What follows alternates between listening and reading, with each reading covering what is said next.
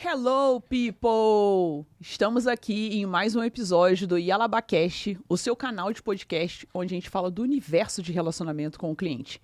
E para falar do universo de relacionamento com o cliente, nós precisamos sim explorar uma visão 360. A gente precisa falar sobre liderança, a gente precisa falar sobre carreira, a gente precisa falar sobre colaborador.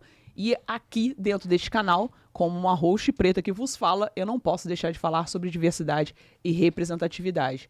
Então, você que acompanha a gente já aqui no canal, não se esquece, ou se está começando a ouvir agora, já vai lá no canal no YouTube, já acompanha os episódios que nós temos e curte, comenta e compartilha para eu saber que está fazendo sentido para você as mensagens que a gente vem gerando aqui, que o conteúdo vem fazendo sentido para você.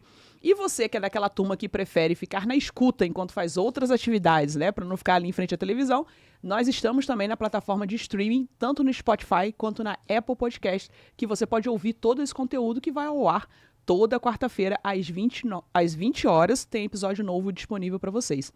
E hoje a gente vai seguir numa linha de temática que eu não só gosto de falar, como também é extremamente necessário a gente falar sobre e trazer sobre, porque precisamos ser multiplicadores, precisamos ser pessoas atuantes em prol, e eu não poderia ter uma pessoa mais especial para poder falar sobre isso aqui com vocês, né? Vou falar aqui, obviamente, apresentá-la, mas ela vai falar ainda melhor sobre ela, que é a Niodara Yabá. Vocês vão entender, tá? Yabá, né? Como assim? Yalabá? Enfim, daqui a pouco vocês vão entender. Ela que é CEO das Novas Narrativas Consultoria e Sensibilização e Head de Comunicação da Diversidade Hub. Nio, muito prazer te receber aqui. Obrigada pelo seu tempo. Obrigada por você ter topado estar aqui com a gente e que você vai poder contribuir muito com uma pessoa que tem um total poder de fala sobre diversas contextos que a gente vai querer discorrer sobre aqui. Então, nada melhor do que eu poder te ouvir e você poder nos ensinar, né, contribuir com a sua trajetória para a gente poder aprender cada vez mais. Muito obrigada pelo convite, estou muito feliz. Estava esperando muito esse momento, então estou muito feliz por estar aqui, tem um valor para mim. Muito obrigada mesmo pelo convite, espero que a gente consiga ter uma troca muito gostosa, já está sendo.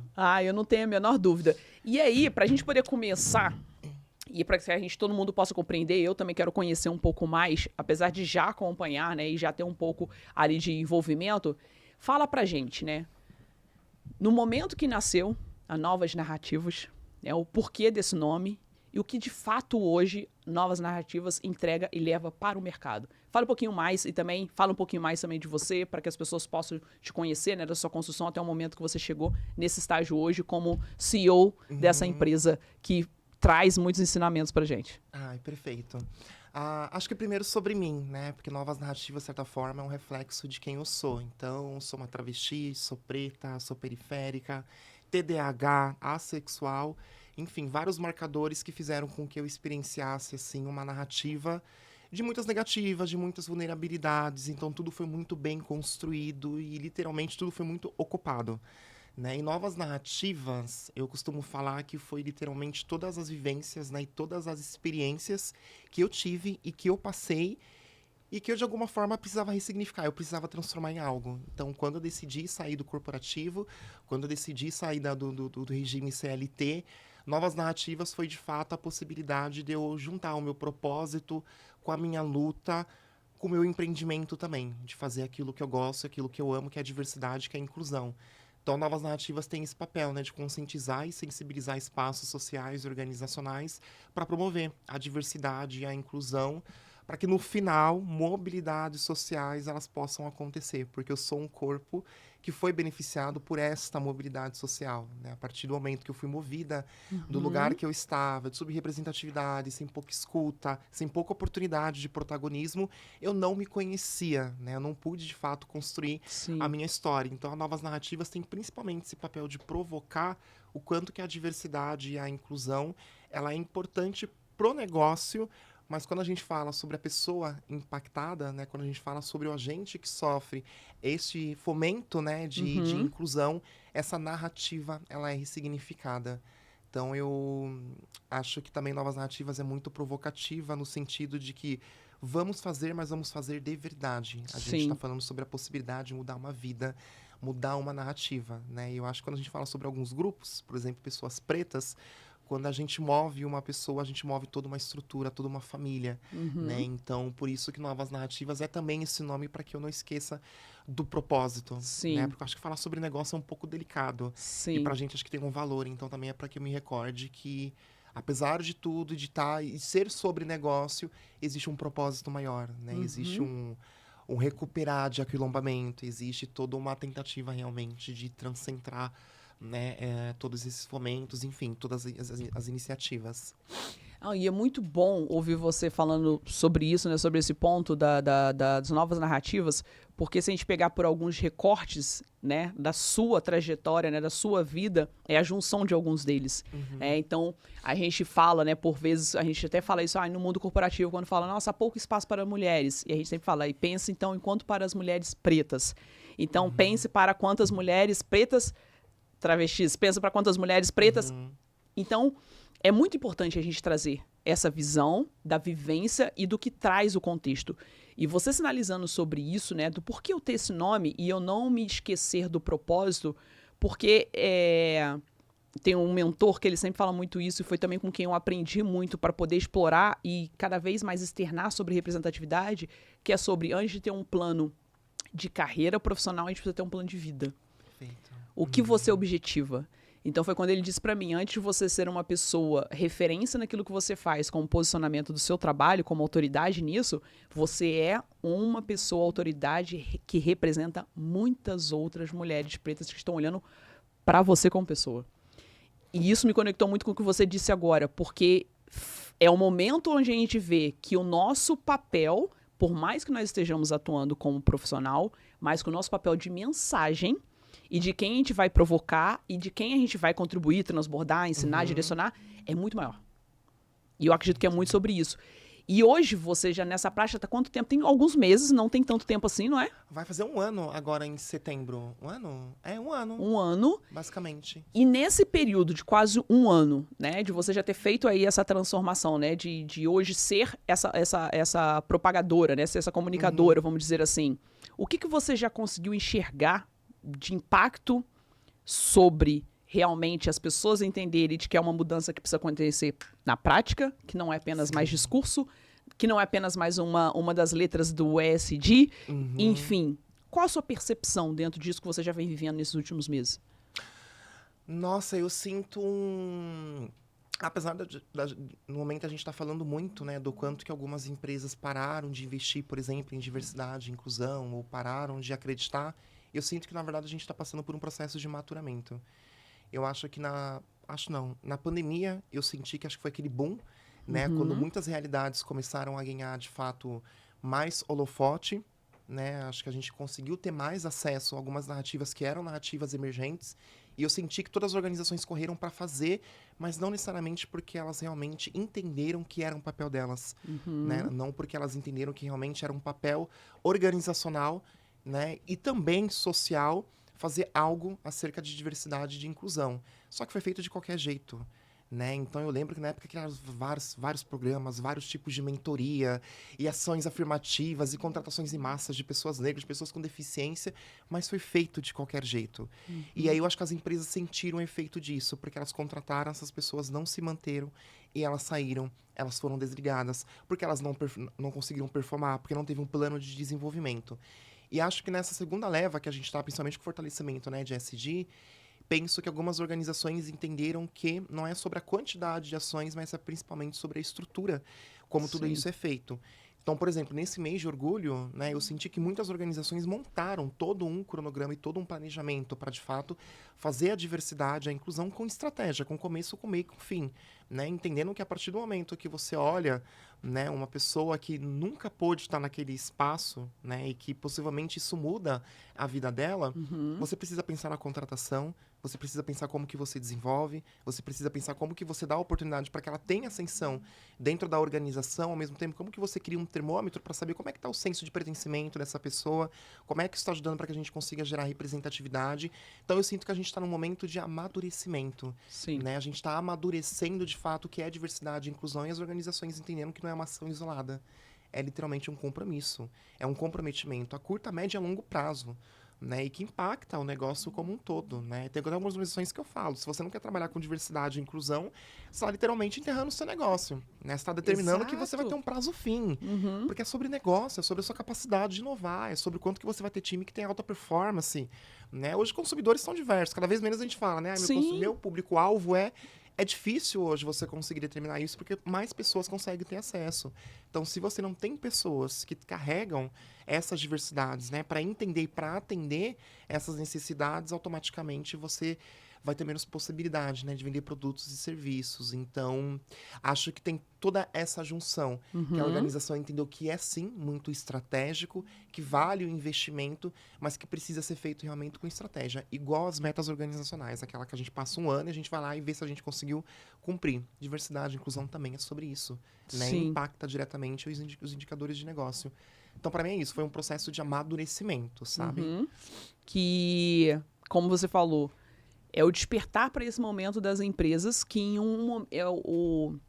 em praxe, né, a gente está nesse meio de negócios e de business, o que acontece muitas das vezes para projetos não darem certo é justamente o fato de que está em ascensão ou isso está acontecendo no mercado como um todo, vou fazer também.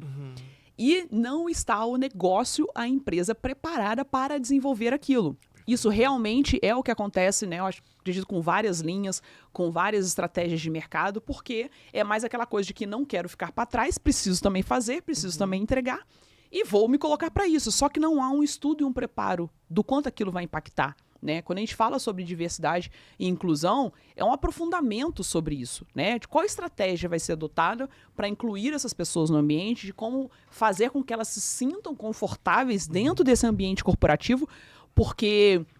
E aí eu quero, já que você já pense para trazer numa narrativa para a gente aqui, que é justamente, por exemplo, a gente falou sobre essa questão da cultura, das empresas terem essa preparação e esse planejamento de fato para essa construção.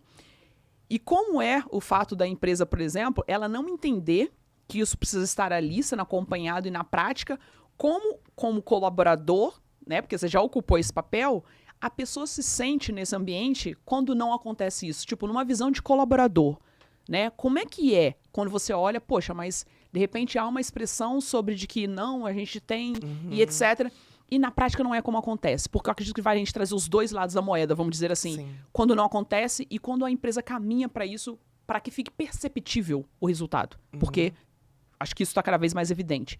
Mas traz pra gente essa sua ótica de visão, porque você já teve esses dois lados sendo vividos, traz um pouco pra gente para compartilhar, pra gente poder aprender com isso.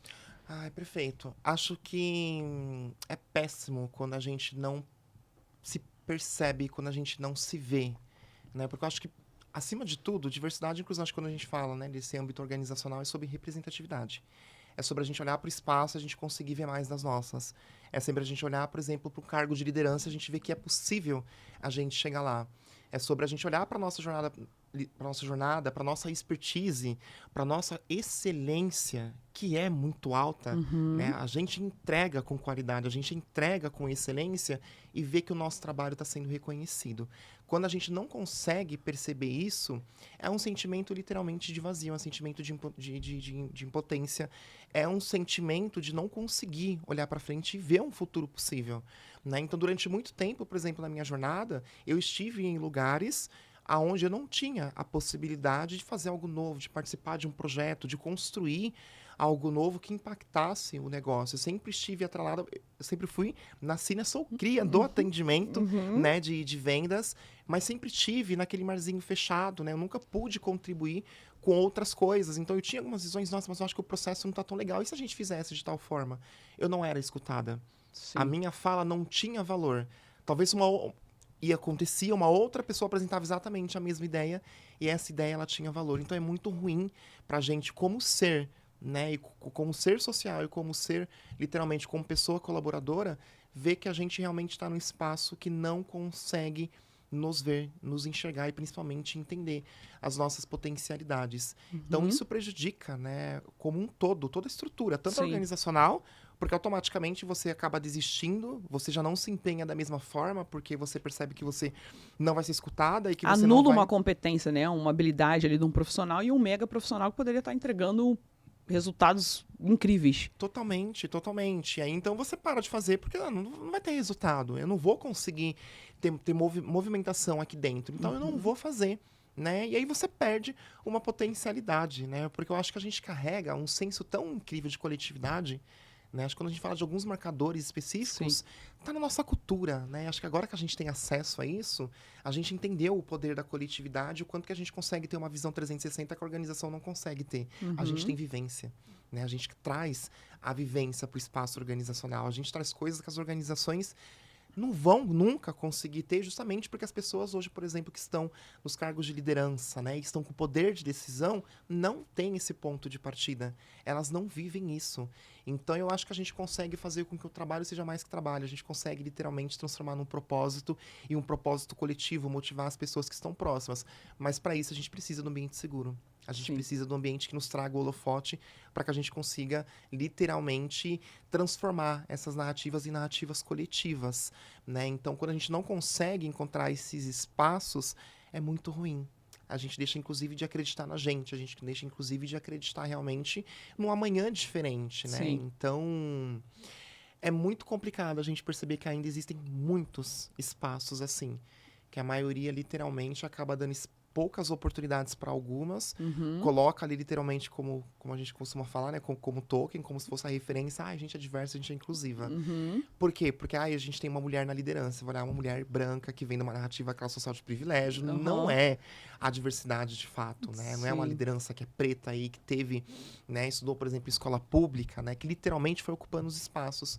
Então eu penso que é isso, sabe? É esse sentimento de não pertencer é muito ruim, ele é muito complicado e não tem acho que não tem como também a gente separar. Porque as organizações também não entenderam que não tem como a gente falar do ser corporativo sem carregar junto o ser social. É impossível.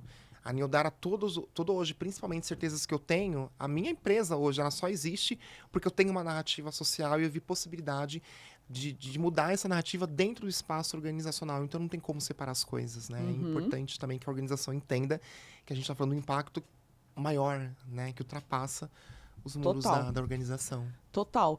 E até porque, né, se a gente considerar, eu também sou numa época de ambiente corporativo em que colocava se eu queria se enxergar o profissional como, né, ou o profissional, aqui a pessoa, na verdade, a empresa, e a pessoa que é de casa, né, não misturar. É impossível.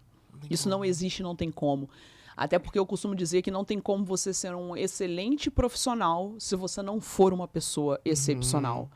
Por quê? Porque nós estamos instituídos, imbuídos e revestidos de princípios e valores.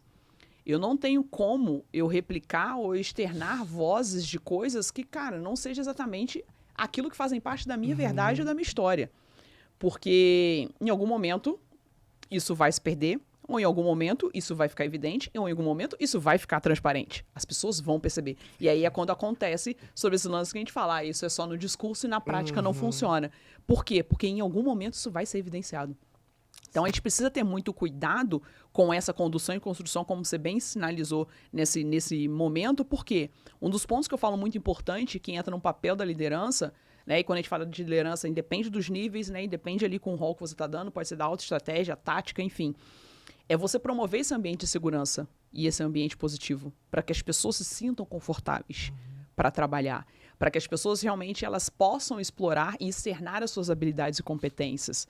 Porque senão, como você falou, se por um contexto desse, a pessoa como profissional, ela até opta por sair, mas se a pessoa não tiver uma inteligência emocional e um autoconhecimento forte de que ela saiba que, por mais que ela estivesse naquele contexto em que não houvesse uma valorização, mas que ela é, sim, aquela pessoa extremamente competente, que tem condições e que pode fazer e pode... Então, se a pessoa ela não tem esse autoconhecimento, essa segurança psicológica para acreditar, é onde nós perdemos grandes profissionais. Perfeito, perfeito. E dentro do que você vem hoje com as empresas, porque daí você saiu de um lado, vamos colocar de um lado a moeda, você estava lá interno. Hoje você levando essas narrativas para dentro das empresas, porque é para auxiliá-los e a despertar a visão para isso que a gente está debatendo aqui até o momento. Como que está a sua percepção nisso na prática, né? Como você falou, por vezes eu consigo ver a empresa que já tem aquela construção. Pô, é um planejamento, né, do que vai ser feito agora, de médio e longo prazo. Mas como é que está sendo na prática, ou você já teve algum fato específico que você teve de acontecer, de alguma empresa que teve essa mudança e que os colaboradores externaram isso? Poxa, foi bacana o que aconteceu porque promoveu isso, isso e isso.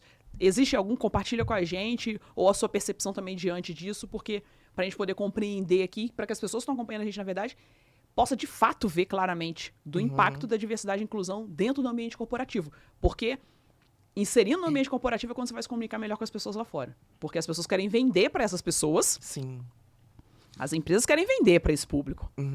Mas só que elas não sabem nem como é o contexto e como é a vida desse público que ela quer atingir. E é por isso que a pluralidade das pessoas, a pluralidade interna da empresa, tem tanto impacto de resultado por conta disso, né, gente? São realidades alinhadas, uma falando com a outra. Sim. Sim. Nossa, eu acho que tem vários cases, assim. Eu acho que, primeiramente, eu tô muito feliz, assim, hoje empreendendo, porque eu não sei se todas as pessoas que empreendem têm essa possibilidade, mas hoje eu tenho muita liberdade para fazer meu trabalho. Normalmente, quando eu vou em alguma organização para fazer algum tipo de trabalho, para fazer algum tipo de fomento, basicamente, olha, a nossa necessidade é isso, tornar o ambiente mais inclusivo para pessoas trans. E como que a gente faz? Não, o que você propõe que a gente faça?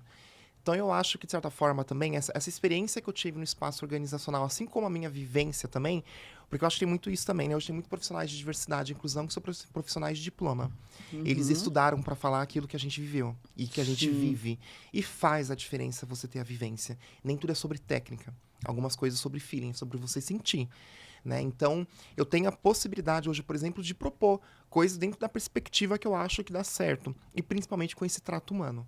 Né? Entendendo que, olha, muito do meu trabalho é sobre employee brand também. A gente fala sobre fortalecimento de marca. A gente fala sobre positivar a marca.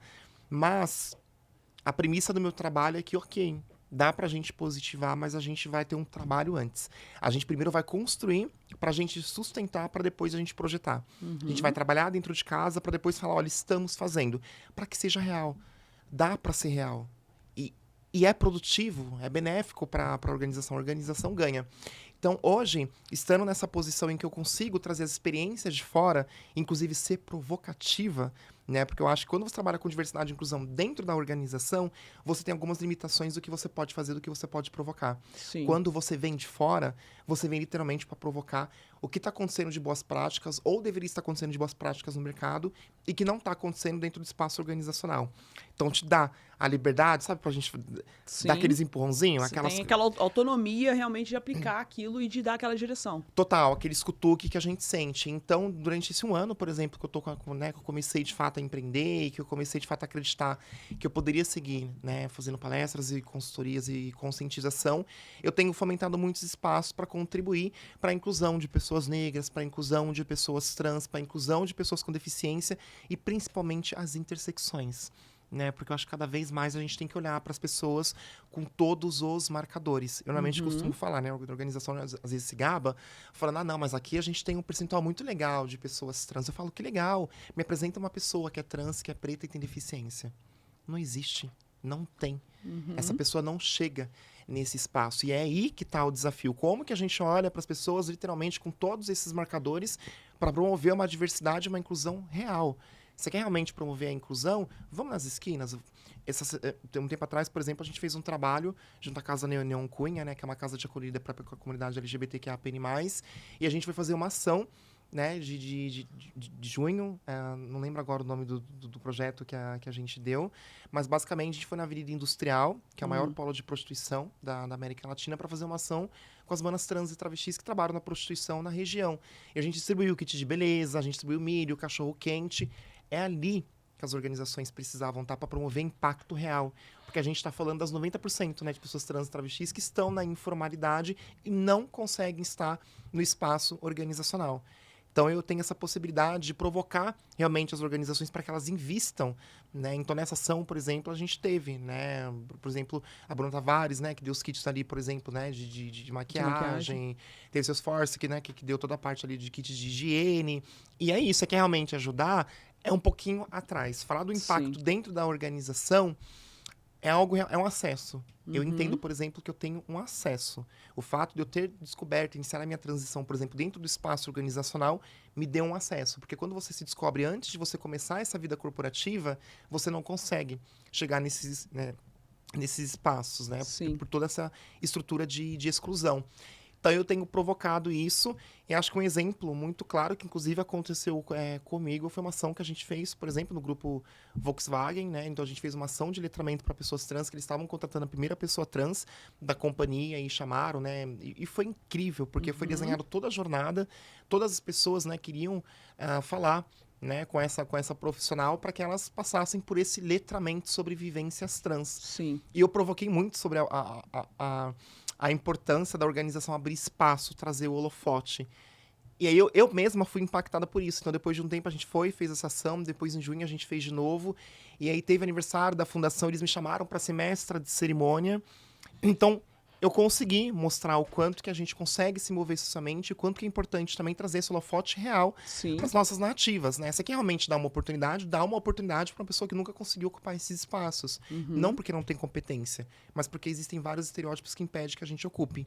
Sim. Então, basicamente, acho que todos os cases que eu faço nessas organizações, sempre provocando para que, de fato, construam ações afirmativas. Não adianta você falar que você quer contratar pessoas negras, mas você utiliza o mesmo descritivo de vaga, por exemplo, fazendo vários requisitos que, historicamente, a gente dificilmente conseguiu ter acesso. Sim. Tem pessoas negras que vão ter, sim. Tem pessoas negras que vão ter MBA, que vão ter inglês, que fizeram intercâmbio. Vão ter, mas não é a realidade da maioria. Da grande maioria. Da grande maioria. Infelizmente, então, não.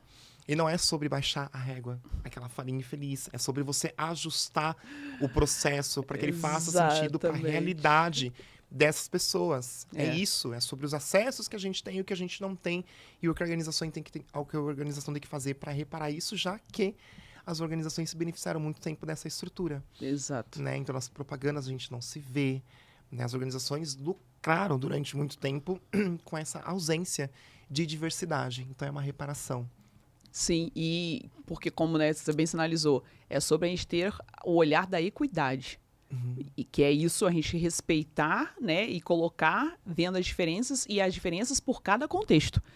Como a gente não pode querer que as pessoas estejam alinhadas se o ponto de partida delas foi absolutamente diferente. Não tem como, né? A minha vivência, eu sou, né, uma mulher preta. Você também. Se a gente pegar a nossa vivência, o nosso contexto, ainda, assim como sendo o mesmo recorte, né, em alguns pontos, não foi o mesmo contexto. E é isso que as pessoas precisam ter de visibilidade. Não é você caracterizar e acreditar que não, pessoa preta, pá, isso. Não é isso.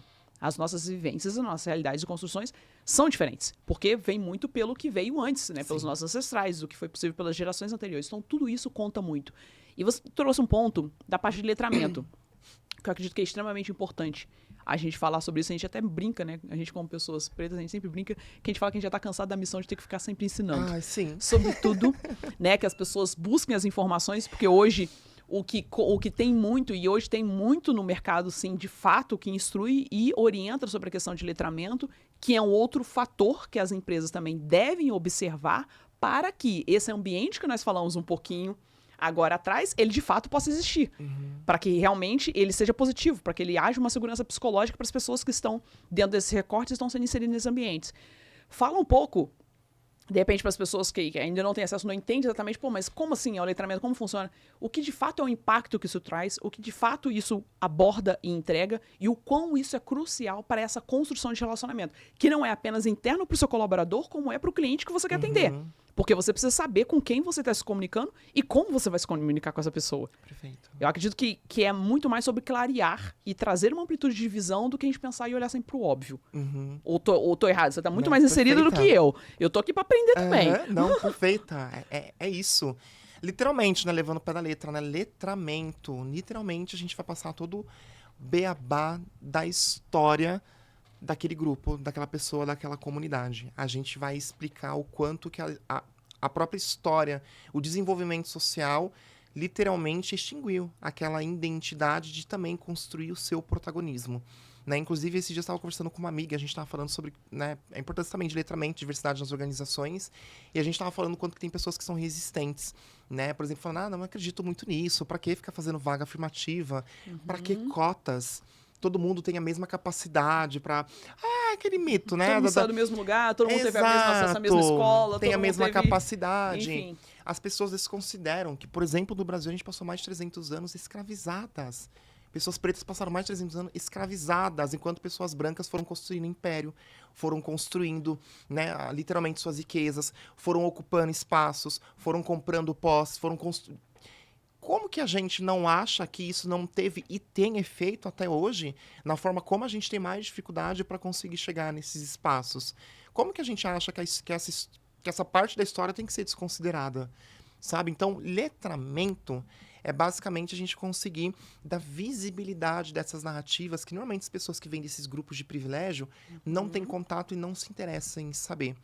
Né? Elas não têm, por exemplo, o interesse em saber o quanto que a gente passa, por exemplo, uma construção de autoestima para aceitar o nosso cabelo crespo. Que é muito difícil. As pessoas falam, mas é lindo o seu cabelo crespo. Mas a gente continua olhando para a TV e a gente não se vê. A gente continua olhando, por exemplo, né, para comerciais, para capas de revistas e a gente ainda não se vê. É um discurso que ele não se sustenta. Né? Então, o quanto que as nossas narrativas ela tem muito mais detalhes do que para outras pessoas. Então, o letramento ele tem o poder de conscientizar e sensibilizar as pessoas sobre essas narrativas e, principalmente, mostrar que todo mundo tem local de fala. E que na minha narrativa de racismo, de transfobia, você também tem participação. De forma ativa ou de forma passiva. Ou você literalmente é aquela pessoa que está ali para ser uma pessoa aliada, você fomenta o meu discurso e você entende a importância de contribuir para a minha narrativa, porque muitas vezes sozinha eu não vou conseguir. Sim. Porque existe toda uma estrutura de estereótipo que impede que eu ocupe e que eu avance. Ou então você é literalmente aquela pessoa passiva que vê tudo isso acontecer e você não faz nada. Como se não existisse. Achando que você não tem responsabilidade.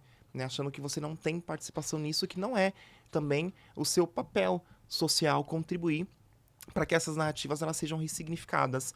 Né? Então, literalmente, tem muito esse poder, mas também de trazer o brilho da nossa história, né? De também trazer o brilho da nossa ancestralidade. Né, de também trazer que a gente também sabe falar sobre tecnologia. A gente estava falando sobre tecnologia quando esse sistema ainda nem tinha começado a fazer. A nossa é ancestral. A grande questão é que ela foi apagada e a parte que ela não foi apagada, ela foi literalmente roubada. Né? Muito da nossa cultura foi roubada. Né? Acho que a gente deu muito movimento, por exemplo. Foi apropriado, vamos dizer assim. Foi apropriada. Eu gosto de falar de roubo mesmo, porque eu acho que é um crime contra a nossa cultura, né? Acho que é um crime contra a nossa comunidade, né? Música, por exemplo, é algo, né, que a gente está reivindicando, né? Rock, a gente literalmente iniciou tudo. Super. Só que o protagonismo são de pessoas brancas, né? Então, eu acho que o letramento tem esse poder, acho que principalmente... Trazer a consciência e a clareza das pessoas entenderem a origem de onde muitas coisas surgiram. Total. E acho que lembrar que, olha, isso aqui, na verdade, que você acha que não precisa, é nosso. Sempre foi nosso. A gente só tá falando que literalmente existe uma estrutura que impede que a gente ocupe. Sim. A gente tá falando que literalmente, talvez você, uma pessoa branca, talvez você esteja onde esteja, nem é porque você é tão boa assim. É só porque você é branca. Sendo que eu tenho que me esforçar 4 vezes mais para eu ter 10% do que você ganha.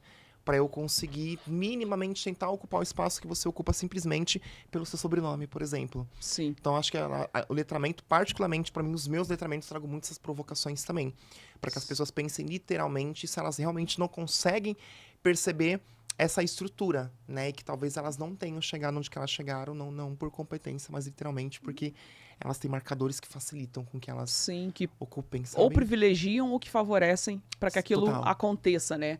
E é importante, né, trazer nessa temática, porque com a questão do letramento, com esse despertar, né, de consciência, de olhares, para que aí as pessoas, e você trouxe também um outro ponto importante, que não é apenas eu olhar para diversas situações, né, ver em notícias, etc., e só olhar um caso de racismo, um caso de transfobia e falar assim, mas eu não sou racista, eu não sou transfobia, eu não faria isso. Só que o que você está fazendo para você ser um anti? De que forma você está se alinhando? Então, até me lembrou, porque no episódio que eu gravei com a Angel aqui, a gente falou bastante sobre isso também. Né? A Angel Vasconcelos, com certeza, também conhece. E a gente falou bastante sobre isso, que o importante é você observar aquilo, mas você agir em prol para sanar ou para poder também ser um colaborador, um aliado para aquilo ser minimizado, para aquilo ser diminuído, para ser aquela pessoa que corrige. Então, beleza, você não praticaria, mas se você está presente num ambiente e você ver algo acontecendo, é você ser uma voz e de ir lá e falar assim, olha, o que você está cometendo aqui é um crime, porque isso aqui é um ato de transfobia ou um caso de racismo. É você que se colocar, porque a gente jamais vai conseguir extinguir algo que as pessoas não querem ter o olhar para que aquilo exista. A gente não elimina o que a gente não reconhece que existe. Perfeito.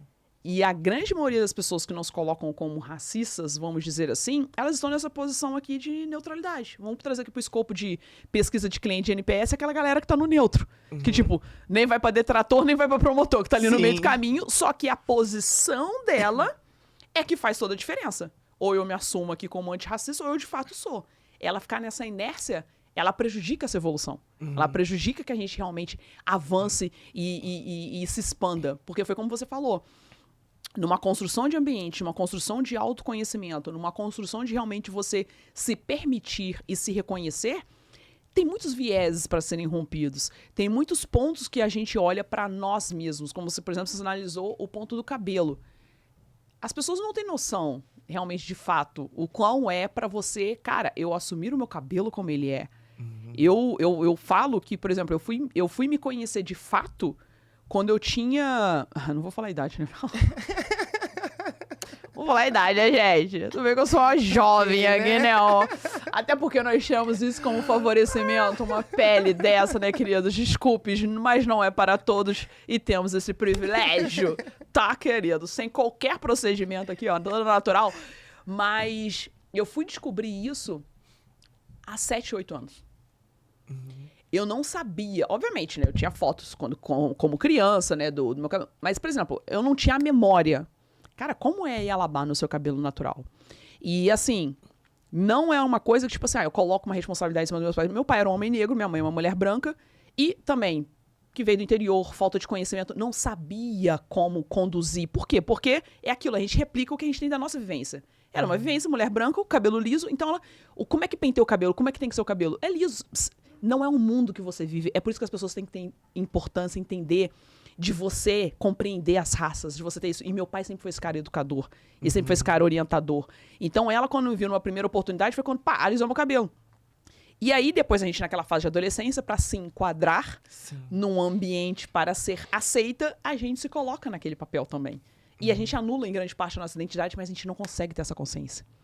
E aí eu fui ter essa consciência, esse despertar, foi em 2017, 2018.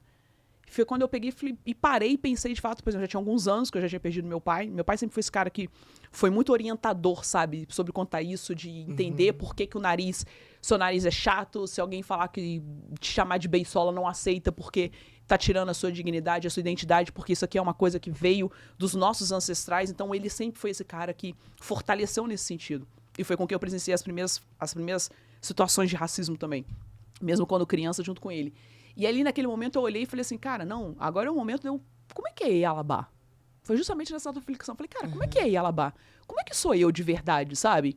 Então, eu passei por 2 anos, praticamente, foram 2, 3 anos de transição pro cabelo sair todo mesmo, e eu entender, e eu ver o meu cabelo natural, e eu gosto de cabelo comprido, então isso é uma coisa que eu digo sempre que eu tive cabelo comprido. O cabelo cacheado, a gente sabe que o meu ainda é bem cacheadinho mesmo, ele já tá aqui um pouco abaixo do ombro. Então, assim, eu falei assim, eu não vejo a hora de terminar de crescer logo pra poder usar ele todo natural. Mas, e aí foi por isso que veio o lance das tranças, porque também é uma forma da gente externar, porque se as pessoas não sabem, as tranças têm história. Ai, muitas. Por isso que a importância do letramento. Porque as tranças, elas existem por uma razão. Elas existem porque era uma forma da gente se comunicar. Elas existem porque era uma forma da gente criar fuga. Gente, tudo tem um motivo. É por isso que, por vezes, quando vocês veem que as pessoas... Não é que estão polemizando, né? Os negros estão polemizando quando um branco faz uma trança, etc. Mas não, é para que as pessoas só entendam o motivo do porquê que as tranças existem. Sim. Porque não é só estética, não é só beleza. Não, existe uma história por trás. Então, o letramento, gente, ele é crucial para isso. Então, é importante que as pessoas se abram. É importante que todo mundo tenha um olhar e tenha, principalmente, essa questão do respeito. Eu falo muito sobre isso daqui, e é por isso que eu tô aqui amando te ouvir, porque eu falo que dentro da minha missão de querer promover esse relacionamento de excelência cliente-empresa, é para que isso aconteça de uma maneira com equidade. Porque eu passei por isso diversas vezes, por situações racistas, e não é o que eu quero que as pessoas não precisam passar por isso. Eu não preciso te tratar mal porque você é de uma classe social mais baixa. Eu não posso te tratar mal porque você é uma mulher trans. Eu não posso... Gente, é sobre isso aqui, ó. É pessoas. Independente de qualquer outra característica. E eu acredito que é isso que as pessoas têm que ter o despertar. E as empresas que, de fato, olharem para o ser humano como ser humano, como pessoas, e aí, automaticamente os seus clientes são as empresas que vão ter cada vez mais crescimento. Sem dúvida. Sem dúvida. Ou falei qualquer besteira nesses últimos minutos aqui. Imagina, inclusive eu já tô indo, acabou. É isso, sabe? É isso, é contar história, é representatividade. Tem tanta coisa que tá envolvida, né, no letramento. Às vezes pra empresa é só eu vou fazer uma ação pra conscientizar, mas pra gente faz uma diferença tão grande, né? Faz uma diferença tão grande as pessoas entenderem que toda essa narrativa, né, todos os gatilhos que a gente tem, toda a construção que a gente passa, né, para nossa vida, como você falou, por exemplo, né, da questão do cabelo. Eu me entendi uma pessoa trans, vai fazer 3 anos que eu iniciei o meu processo de transição. Eu demorei 30 anos para eu conseguir literalmente me olhar e falar, tem algo de errado, né, para me olhar e falar realmente, isso que eu tô vendo Sim. não sou eu. Não é a forma como verdadeiramente eu me vejo. E eu demorei tanto tempo para fazer isso justamente porque eu estava ali cumprindo um personagem para conseguir ser mais aceita e passar por menos situações de violência, né? Então já era uma pessoa preta, já sofria questões de racismo. Vou trazer ainda essa questão de identidade? Sim. Acho que não é o momento. Foi literalmente um mecanismo de sobrevivência, né? Para que em algum momento, para que quando eu tivesse um pouco mais de liberdade e principalmente tivesse mais segurança e consciência sobre mim, eu conseguisse de fato me dedicar para conseguir lapidar 100% de quem eu sou. Então, um simples letramento muda a vida. E eu fui impacto do letramento. E salva vidas, vamos colocar assim. Sim, acho que diferente talvez de você, eu nunca tinha ouvido questões raciais, por exemplo, na minha família. Eu não fui letrada, né? Eu ouvia xingamentos na escola, eu não tinha com quem contar, né? Eu não tinha quem me desse apoio para falar, existe uma questão histórica por você estar passando por isso, né? Eu passei toda a minha infância, a minha adolescência e começo da juventude não entendendo por que eu passava por essas coisas. Eu não tinha consciência, que inclusive é algo que as pessoas precisam desmistificar, achar que toda pessoa negra tem consciência racial, consciência de quem é, consciência da sua história. A gente foi anulado por tantos anos que até pra gente mesmo ter essa consciência, meus amigos... Demora. E enquanto a gente não tem consciência, a gente não consegue pertencer. Porque está entre pessoas brancas que tem uma outra narrativa e aí que tem um cabelo liso, e aí você quer alisar o cabelo porque você quer estar parecida. Quer se sentir, porque a gente quer se sentir pertencente. A gente só se sente pertencente em um local que a gente se vê. Sim. Se a gente não se vê, a gente fala, opa... Tô o peixinho fora d'água aqui, não me encaixo. Sim, e deixa de se conhecer, né? A gente sente que mas tá faltando algo. Por que eu não tô conseguindo me sentir completa? Porque não é você. Não é a nossa história ancestral. Sim. A gente deixa de contar história, sabe? Então, o letramento também, pra mim, né? Ele tem... E a conscientização, ela tem esse poder incrível de mudar a vida das pessoas. E não só a vida social, porque eu, Niodara, quando eu me entendi, por exemplo, uma pessoa trans e eu talvez tomei posse de toda a minha história ancestral, no sentido de ter orgulho, sim, de ser uma pessoa preta, que legal. Meu nariz largo, poxa, meu cabelo é crespo, sim, ainda assim. Pode ser também um padrão de beleza. Quando eu tomei posse de tudo isso, de mim mesma, o meu profissional também foi impactado. A minha performance foi outra. A minha visão de futuro e do que eu queria foi outra. Porque até então eu estava perdida, né? Eu não sabia nem quem mesmo eu era. Como que eu ia ter certeza do que eu quero fazer no trabalho? Sim. Então é sobre isso também. Você investir nas pessoas é você investir também no potencial delas, né? Você lapidar para que elas consigam, de fato, explorar, né? Exteriorizar o melhor delas. Então, tem muitas coisas. Tá? Eu sou suspeita em falar. Eu indico toda a organização e que toda pessoa faça esse letramento, né? Que busque conhecimento, né? De narrativas que não são as suas. Né? Eu já sou uma pessoa preta, já sou letrada, não sei o quê. Aprenda sobre pessoas com deficiência. Exato. Né? Aprenda sobre a narrativa de pessoas nordestinas, que ainda passam muitas situações de discriminação. E aí, por exemplo, a gente está em São Paulo. Sim. Não tem como a gente olhar para São Paulo sem trazer a história de pessoas nordestinas que construíram, né, São Paulo e ainda assim não tem o reconhecimento. Então, sempre existe algo que dá pra gente aprender, sempre existe uma narrativa que a gente não teve acesso e que existe alguma forma da gente se conscientizar e descobrir que existe toda uma história ali por trás, por trás sabe? daquilo. E porque quando a gente fala de diversidade, a gente está falando justamente de inúmeros recortes. Não é de um ponto único, são muitos recortes. E como você bem falou, foi uma coisa que, por exemplo, eu também, em Alabá, foi uma coisa que eu fui buscar e justamente estou fazendo um desenvolvimento de mestre em diversidade e inclusão. Por quê? Porque eu preciso explorar mais sobre isso, né? Por mais que eu tenha... Porque foi o que você falou, as pessoas acham que é automaticamente, né? Se é uma pessoa preta, pá, tá ali um carimbo da sua testa que você é o expert. Cara, não.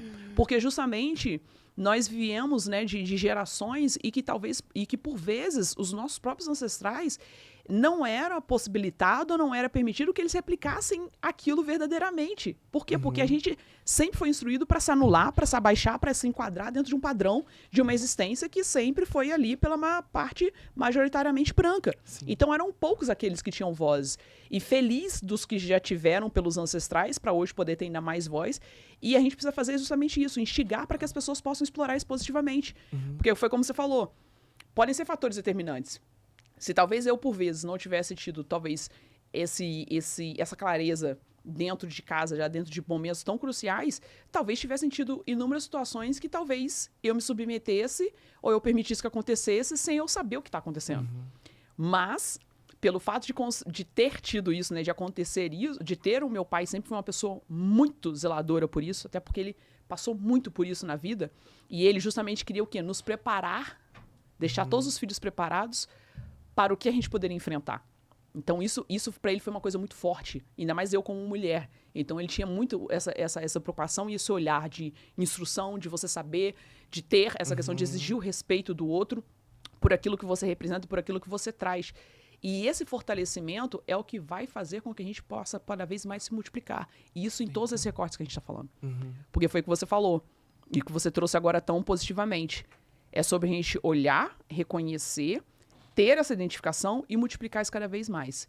E trazendo nessa linha, como você até falou, poxa, foram esses anos anteriores que eu consegui ter essa auto-identificação, ter essa análise de poder me reconhecer. E nesses últimos anos, até porque agora que a gente vem muito nessa evidência de poder mais abertamente discutir sobre, e aí eu acredito que ter os canais abertos para ter acesso às informações é algo muito grandioso, porque as pessoas conseguem, então, enxergar o que pode estar acontecendo com elas, porque hoje elas têm muito mais acesso à informação, porque antes eram vozes muito mais caladas. O que você vê de avanço, por exemplo, né, como pessoa, mesmo ali, né, corrente, cliente, etc e tal, no mercado como um todo, como respeito ao que você representa? Qual que é a sua percepção? O que você vê alguma evolução nos últimos anos? O que você enxerga hoje ainda? Me fala, eu quero entender um pouco, tipo, você na visão cliente, quando você enfrenta esse mundo, qual que é a sua percepção diante disso? Tem muita oportunidade. Avançamos, sim. Vou dar um exemplo muito bobo, por exemplo, pronome. É muito novo a gente falar sobre pronome, né? Ele, dele, ela, dela. Nossa, Nildara, que diferença isso faz total? Eu, como consumidora, inclusive eu passei por uma experiência que eu fui participar de um evento e eu fui preencher o formulário de inscrição e quando eu fui preencher não tinha a minha identidade. Né? Eu me identifico, por exemplo, como uma travesti. Sim. Não tinha a minha identidade nesse evento. Eu ganhei o ingresso, né, de um amigo. Eu me inscrevi, né, e mandei e falei, olha, eu fui me inscrever, mas não tem, né, a opção ali de pessoas trans, não tem travesti ali no formulário. Automaticamente, qual que é a minha leitura? Esse espaço não é pra mim. Esse evento não é pra mim. Eu não sou bem-vinda nesse espaço. Eu lembro que no outro dia ele mandou mensagem, eu já corrigi, ele tava lá no formulário. Participei do evento, o evento foi incrível. Se eu estivesse pagando, se eu fosse comprar, por exemplo, o ingresso, eu deixaria de ir. Porque eu preciso me posicionar também. Sim. A partir do momento que eu faço doer no bolso, que eu mostro, olha, é oportunidade de negócio, você está perdendo porque eu não estou me sentindo representada, a gente muda o rumo da conversa. A gente está falando sobre outras coisas. Então, particularmente como consumidora, eu sinto que avançamos, mas ainda a gente não consegue ser respeitada, talvez, né, em todos os espaços. E aí, para vários grupos, acho que muitas organizações ainda não se prepararam para entender, de fato, essa necessidade, né, de atender essas pessoas consumidoras. E eu sinto que muita organização também fica numa região muito de... por exemplo, né, falando sobre espaço organizacional, sobre contratação de pessoas. Não, a gente ainda não tem uma pessoa com deficiência, mas quando a pessoa chegar, a gente, né, adapta o... Adequa aqui. Fica esperando, de repente, a pessoa chegar para fazer Tomar tudo nas ação. pressas. Constrói o espaço, mostra que literalmente a sua empresa, né, o seu negócio, ele é um negócio receptivo para essas pessoas, né? Traga essas pessoas para estarem próximas. Então, como consumidor, eu sinto que a gente avançou um pouquinho em algumas coisas, pelo menos hoje a gente consegue provocar, a gente consegue trazer essa provocação do quanto que, olha, você está perdendo dinheiro. Você está perdendo oportunidade de negócio, acima de tudo, né? O que a gente está falando aqui é literalmente de um grupo que tem potencial de consumo e que, infelizmente, deixa de consumir porque não se sente representado.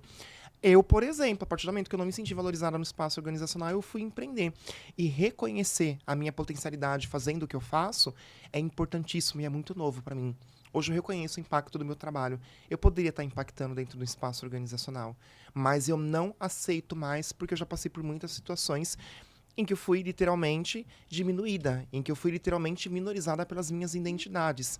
A organização perde o meu potencial de intelecto, perde literalmente a minha contribuição, a performance que eu poderia estar dando para o espaço organizacional. Então, acho que está nesse momento também das organizações entenderem que a partir do momento que a gente não se sente representada, a gente sai, a gente constrói os nossos. E a nossa construção, ela é diversa, ela é sustentável, ela tem um foco no coletivo, ela já vem com um novo conceito que atende todos esses gaps, né, que as organizações, infelizmente, não conseguem atender. Então, acho que é importante também a gente entender que a gente está num momento que a gente está falando literalmente que, olha, estou te dando a oportunidade para a gente fazer. Não Pra tá gente dando... reconstruir essa história. Exato, pra gente fazer alguma coisa. A partir do momento que não der, tá tudo bem. Então a gente vai fazer o nosso, sabe? Então, acho que é muito também essa minha visão, assim, do quanto hoje, como consumidora, eu entendi que eu também tenho que me sentir representado, tenho que sentir que aquilo também foi feito pra mim. Sim. E que se não foi feito pra mim, eu vou em outro lugar que tenha. Sim. Eu não vou mais deixar com que... Ai, tá bom, vai, vamos dar uma... Não vai ter essa oportunidade. Não segue porque... mais. Por conta do poder de escolha, né? Eu Sim. acredito que é isso que as corporações precisam, de fato, né? Quando a gente fala sobre a questão de cultivar relacionamento com clientes, comunicar de fato com o público que você atende, você conhecer de fato as pessoas que você se relaciona, as pessoas que você atende, porque é para isso, para que você seja sempre a escolha. Porque para que em algum momento ou alguma oportunidade, a pessoa...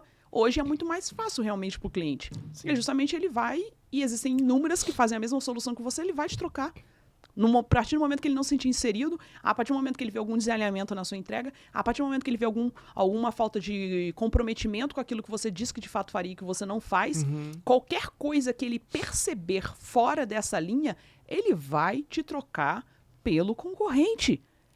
A necessidade de se conhecer, o seu cliente se debruçar sobre isso, é para que você saiba com quem você está se relacionando. E é o que nós, como clientes, vimos cada vez mais sendo exigentes quanto a isso. E a tendência é que isso só aumente. Sim. Nós estamos cada vez mais focados que as empresas nos tratem como um indivíduo, não mais nem como um grupo. A gente vem falando muito sobre personalização, hiperpersonalização, e a tecnologia ela vem para poder auxiliar nisso e acelerar para que esse processo aconteça, que é para esse olhar. Eu não quero mais ser mais uma pessoa que tem aquele corte do grupo, que é a mulher da faixa etária tal, que mora na região tal. Não é apenas mais isso. Não é mais só dados demográficos. Quem é a Yalabá? Né? Quanto tempo ela está aqui? Né? Quais são as aptidões? O que ela gosta? O que mais aqui que ela consome? O que mais que ela tem de exploração dentro do universo dela e da vida que a gente pode oferecer alguma outra solução? Eu preciso que ele me oferte aquilo que faz sentido para mim. Sim. Eu não posso permitir que uma empresa que eu tenho um relacionamento de pelo menos alguns anos, ela no Dia dos Pais, ela me mande uma mensagem. Tipo assim, é sobre isso. Ou como eu me comunico com o público. A gente teve algumas empresas, não vou ficar mencionando o nome aqui para não fazer jabá, mas que tiveram algumas empresas que foram super assertivas nessas comunicações, agora recentemente no Dia dos Pais. Que souberam como abordar, porque você não sabe. A outra pessoa, ela tem um pai vivo? Ela tem um pai presente? Ela tem um relacionamento com o pai dela? Então, de repente, da forma como você aborda, que você está indo fazer um contato, você, na verdade, está despertando sensações negativas ou coisas que ela não queria sentir. Gente, isso tudo tem que ser analisado. As empresas elas precisam entender que é relacionamento com pessoas. Não são apenas métricas de números. E aí eu acredito que a gente trazendo, nesse ponto que a gente trouxe agora, né, na sua percepção de visão, além, óbvio, da aplicação e atuação das novas narrativas dentro do mundo corporativo para ajudar, o que mais você colocaria como fator determinante para que as empresas, de fato, façam essa construção de forma sólida? De identificação, de respeito para com o público, para que eu olhe realmente, eu me sinta incluída e me sinta ouvida ali. O que você colocaria como crucial? A intencionalidade. Sem dúvida, a intencionalidade, primeiramente. Faça porque realmente você entendeu o que você precisa fazer. Não faça porque, porque a minha concorrente está fazendo, aí eu preciso fazer também, eu preciso ter um diferencial competitivo. Não faça porque você acha que você tem que fazer. Inclusive, esse é um ponto que eu discordo bastante com outras pessoas profissionais de diversidade. Por exemplo, quando a organização quer começar a falar sobre diversidade, quer começar a contratar pessoas diversas, né? E aí, normalmente, tem aquele discurso. Não, começa com o que você tem e vai construindo o caminho. Não faz isso. Constrói um ambiente seguro. Garanta que as pessoas vão chegar e elas vão se sentir acolhidas, respeitadas, ouvidas, porque a gente já carrega tantos traumas, tantas ansiedades, né, das nossas vivências sociais. Se a gente chega num espaço que minimamente tem um ambiente seguro para que eu possa trabalhar em paz, sem ser agredida, sem ser ferida, você acaba, na verdade, prejudicando ainda mais essa pessoa que cada vez menos se sente pertencente a esse espaço. Então, quando você tem intencionalidade, você literalmente prepara a casa, você prepara as pessoas, você acorda com as lideranças, você cria e define processos, procedimentos, para que as pessoas realmente consigam chegar e encontrar que aquele mundo também é para elas. Né, que aquele espaço também é para elas e que elas conseguem literalmente construir o protagonismo delas. Então a intencionalidade, ela faz isso e faz que a organização entenda literalmente que aquilo que ela está fazendo é uma reparação, né, que aquilo que ela está fazendo é literalmente algo que ela precisa fazer para mudar a narrativa, para potencializar o negócio. Né? A intencionalidade, eu acho que faz a total diferença assim na forma como é conduzida. E eu não estou dizendo que vai ser perfeito, que vai fazer tudo certo, porque novamente, né, apesar das pessoas nos verem como comunidades, ainda assim nós somos seres singulares. Cada um tem um ponto de partida. Cada pessoa tem uma jornada diferente, né? Cada pessoa teve um acesso diferente. Então isso muda também, né, o contexto e principalmente como a gente se percebe. Então algumas coisas vão acontecer porque você não vai conseguir ter uma solução que atenda a necessidade de 100% das pessoas. Mas quando você cria esse ambiente que é um ambiente seguro, as pessoas te trazem esse feedback. As pessoas falam para você que não tá legal, que algo precisa ser feito. Você tem esse retorno. Então, para mim, primordial é a intencionalidade, sabe? Ótimo, excelente, excelente, Nil. Bom, e a gente agora caminhando pro final, né? O tempo passa tão rápido e realmente passa rápido mesmo. O pessoal vai falar assim, ela vai falar isso quase todos os episódios. Fala todos os episódios disso, mas é porque passa rápido, gente. E a gente realmente se envolve. Eu espero que vocês também se atenham ao conteúdo, igual a gente também fica. Eu fico super envolvida aqui com a pessoa quando eu tô conversando. E eu gosto sempre de ouvir, Nil, né? Seguindo a temática do que a gente aborda aqui no podcast, na sua concepção, na sua visão, o que você considera um relacionamento de sucesso cliente-empresa? Nossa, um relacionamento de sucesso? Eu acho que eu vou talvez trazer a minha experiência um pouco junto, tanto como pessoa consumidora, quanto pessoa que também trabalhou muito tempo, né, na área de atendimento ao cliente, principalmente nessa escuta, né, colhendo feedbacks. Dar protagonismo, dar um microfone, né, pro consumidor. Eu acho que às vezes tem tanta empresa que cria tantas soluções, tanto projeto para melhorar a experiência do cliente, mas não houve cliente.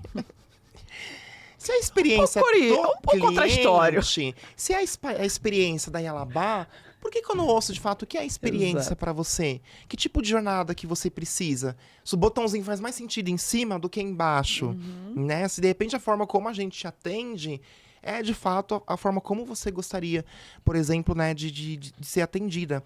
Eu acho que falta muito para as organizações ouvirem as pessoas consumidoras para de fato construir experiências que sejam focadas no que as pessoas querem. Sim. Né? Às vezes a gente precisa de todos esses planos, nossa, enormes, e muda isso, muda aquilo, tecnologia, coloca IA e faz... E aí a gente vai usar, a gente se assusta, a gente fala, não tá me atendendo. Exato. Não era isso que eu esperava, né, como pessoa consumidora. Então, particularmente, acho que com a experiência própria, ouvir mais, né, a pessoa consumidora. De fato, colocá-la à frente, né, dessas iniciativas. Criar comunidades, né, fazer com que as pessoas, o consumidor literalmente se sinta ali valorizado. Né? Pô, tô investindo, né, na sua empresa, tô comprando seu produto, tô comprando sua solução. Aqui. Sim, eu preciso ser ouvida, eu preciso falar se está funcionando para mim ou não. Porque eu sinto o movimento, não sei se aqui eu estou sendo... tô falando algo, enfim, baboseira, talvez você com a sua experiência você possa dizer, mas eu acho que cada vez menos os consumidores estão chegando e falando, olha, não tá funcionando. Elas simplesmente estão saindo. Elas vão embora. Aí você tem que deduzir por que as pessoas estão saindo, por que as pessoas estão indo embora. Aí que a empresa vai fazer uma pesquisa pra entender por que a pessoa saiu. Exato. Isso acontece. Exato. É raro, mas acontece muito, como diria aquele meme, aquela figurinha. É raro, mas acontece muito, infelizmente. Depois que acabou o amor, que acabou o Lovers, Exato. não vem querer me Gente, sabe, é enganar. igual relacionamento. Chegou ao fim o relacionamento, acabou o casamento, aí você quer perguntar por que a pessoa desanimou e desistiu. Pô, em nenhum momento você quis ouvir o que a pessoa tinha pra te dizer. Aí na hora que acabou, você quer resgatar, você quer fazer Exato. mundos e fundos pra... Mano, gente, Aí a gente usa o discurso, não é você, sou eu. entendeu? Exato. Não Você é até cansa, isso. você Não é quer sobre mais isso. discutir, sabe? Exatamente. Então acho que é isso, né? Se antecipem antes que a gente decida ir embora. Porque a gente até cansou também de Cansa. ficar falando que não tá legal também, não vê resultado, resultado. não vê nada melhorar. Então, Ótimo. Nil, amei sua contribuição, amei poder te ouvir, amei poder aprender mais, poder ter mais clareza sobre algumas ações. Parabéns pelo que você vem fazendo, pela sua iniciativa, por construir isso, por contribuir para que as pessoas tenham mais clareza e conhecimento sobre, porque eu acredito que isso é determinante, e aqueles que estiverem realmente abertos para tal vão ter. E que bom que a gente vem tendo cada vez mais pessoas que de fato estão se preocupando com isso, então eu fico muito feliz, então eu agradeço pelo seu tempo. Obrigada mesmo por você ter participado aqui, tá bom? obrigada a você, muito feliz mesmo pela conversa, pela troca. Parabéns pelo podcast, parabéns pelos temas, pelas provocações que você vem trazendo. A importância de juntar negócio com diversidade faz total sentido. Muito sucesso, muita axé na sua jornada, na sua trajetória, nos seus projetos. E que outras pessoas sintam inspiradas a criar esses espaços aqui de troca. Porque a gente tá falando aqui Isso. sobre impacto, né? Tenho certeza que muitas pessoas vão ouvir, talvez nunca tenham pensado sobre algumas coisas e vão passar a pensar. Então, muito obrigada pelo espaço, por poder falar Que sobre bom. mim, sobre as minhas narrativas. Que bom, fico muito feliz. Turma, agradeço quem acompanhou a gente até esse momento, agradeço por terem participado e acompanhado a gente até nesse instante aqui. E terminamos mais um episódio do Yalabá Cast. Semana que vem a gente está de volta.